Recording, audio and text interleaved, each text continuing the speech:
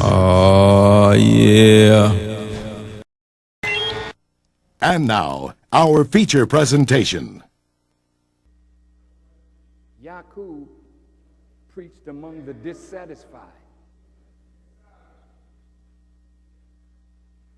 He learned everything that the schools had to offer by the time he was 18. And I'll tell you something, brothers and sisters. The Honorable Elijah Muhammad said that when they keep you in college all these years, they're keeping you there for financial reasons. They won't even admit that the courses that you took in this college is acceptable in another college. They make you go all over that ground again. So it's a financial thing. It's really to extract money out of you. But if they really wanted to, you could have your doctorate degree by the time you are 18 years of age, if they understand that as the shortest distance between 2 points is a straight line, that they can get right to the matter in education and move you right along so that the children will never feel unchallenged and lay around with nothing to do and get into difficulty because you're not taking them as fast as they really have the capacity to go. And it's not that the children have fault. We are holding them back by our ignorance. Yaqub learned, studied the life germ of the original man. And he saw in that life germ there was a brown germ that was like dust. It had no form. It had no utility. It was there, but it was mastered by the dark side of the black germ, mastered the brown. So the brown could never really come out to give the black a challenge. So Yaqub saw that if he could separate the brown germ from the black germ and graft it into its final stage, he could produce a new people with an inclination toward evil. And then by teaching them a system of tricks and lies, being unalike, they would attract the black man. And then by being a master of tricks and lies, they would deceive and divide the black man. And then they would conquer the black man and rule the black man until the coming of God. But in order to do this, they had to develop a birth control system.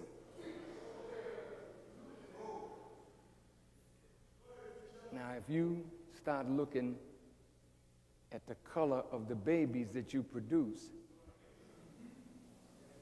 sometimes you can produce a real dark child. I mean, if you imagine all of them were black, well, they produce a black child. But sometimes you produce one a little lighter.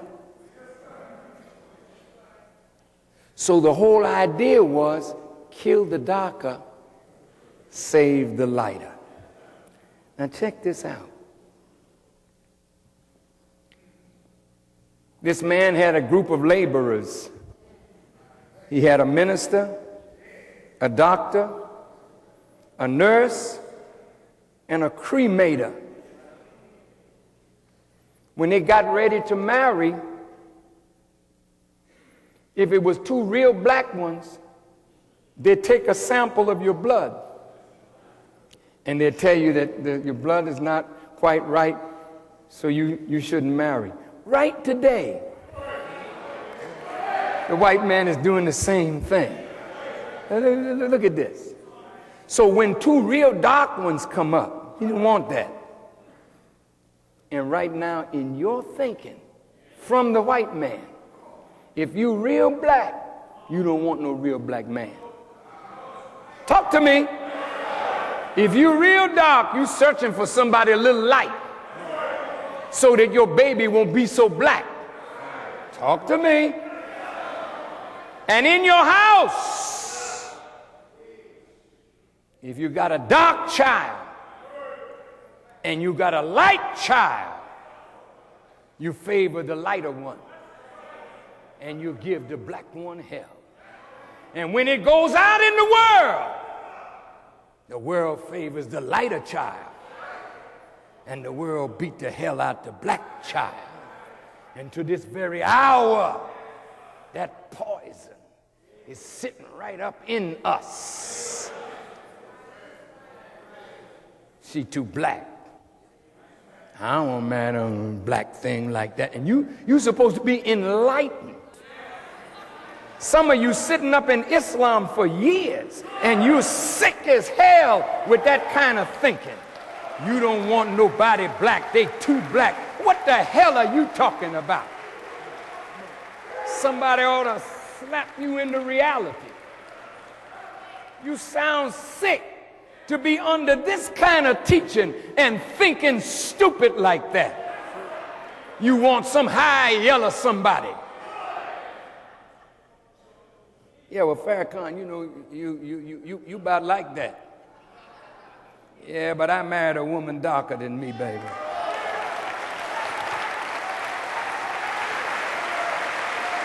And if they do my biography, all my little girlfriends was black. And ugly, too. I knew wasn't nobody gonna take them away from me. And I loved them.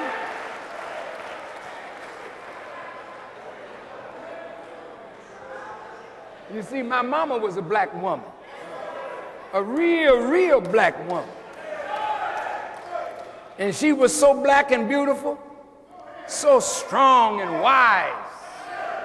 She made me honor and respect women, because I couldn't put nothing over on her. So because I had a black mother and a real light father who was, you know, high yellow as they would call him, pretty boy, mama black and pretty, but he gonna play, see? Fine. I never saw him. He ain't did nothing for me, but I thank Allah for him because I'm here. He's dead now, but I thank Allah for him. But all he did was put the seed in my mother. But my mother shaped me. And I'm telling you, brothers and sisters, this daggone Yaqub was something. And when he got his people away from the mainland, I wish I could just take this teaching apart for you. He had to separate his followers because he couldn't make them into what he wanted to make them with as long as they were on the main land with the other blacks. So his teaching caused a lot of trouble. So finally he was spreading, his teaching was spreading. The king of Islam got very upset, you know. The king is not, we don't have kings, but he was a great one. And he told him, what kind of deal can we make? He said, well, let me out, you know, me and my followers, and we'll go, and you help us to go. So they did. They rounded them all up, helped them to go, and they went to an island in the Aegean Sea. It's called Pilon, but the island is there. It's called Patmos. And your Bible in the book of John or Revelation says, I, John, on the island of Patmos for the word of the Lord. What was the word of the Lord? Let us make man. If you go back in the history, which is just too much, it's just too much, man. I better leave that alone for today.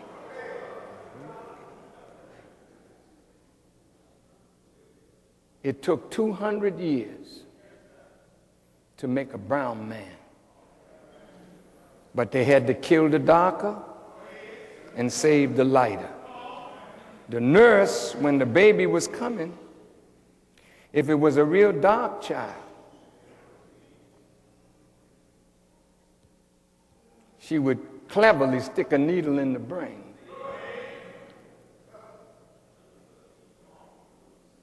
If the mother was alert, they say, this is an angel baby, and take it and feed it to the cremator. This same system is going on today.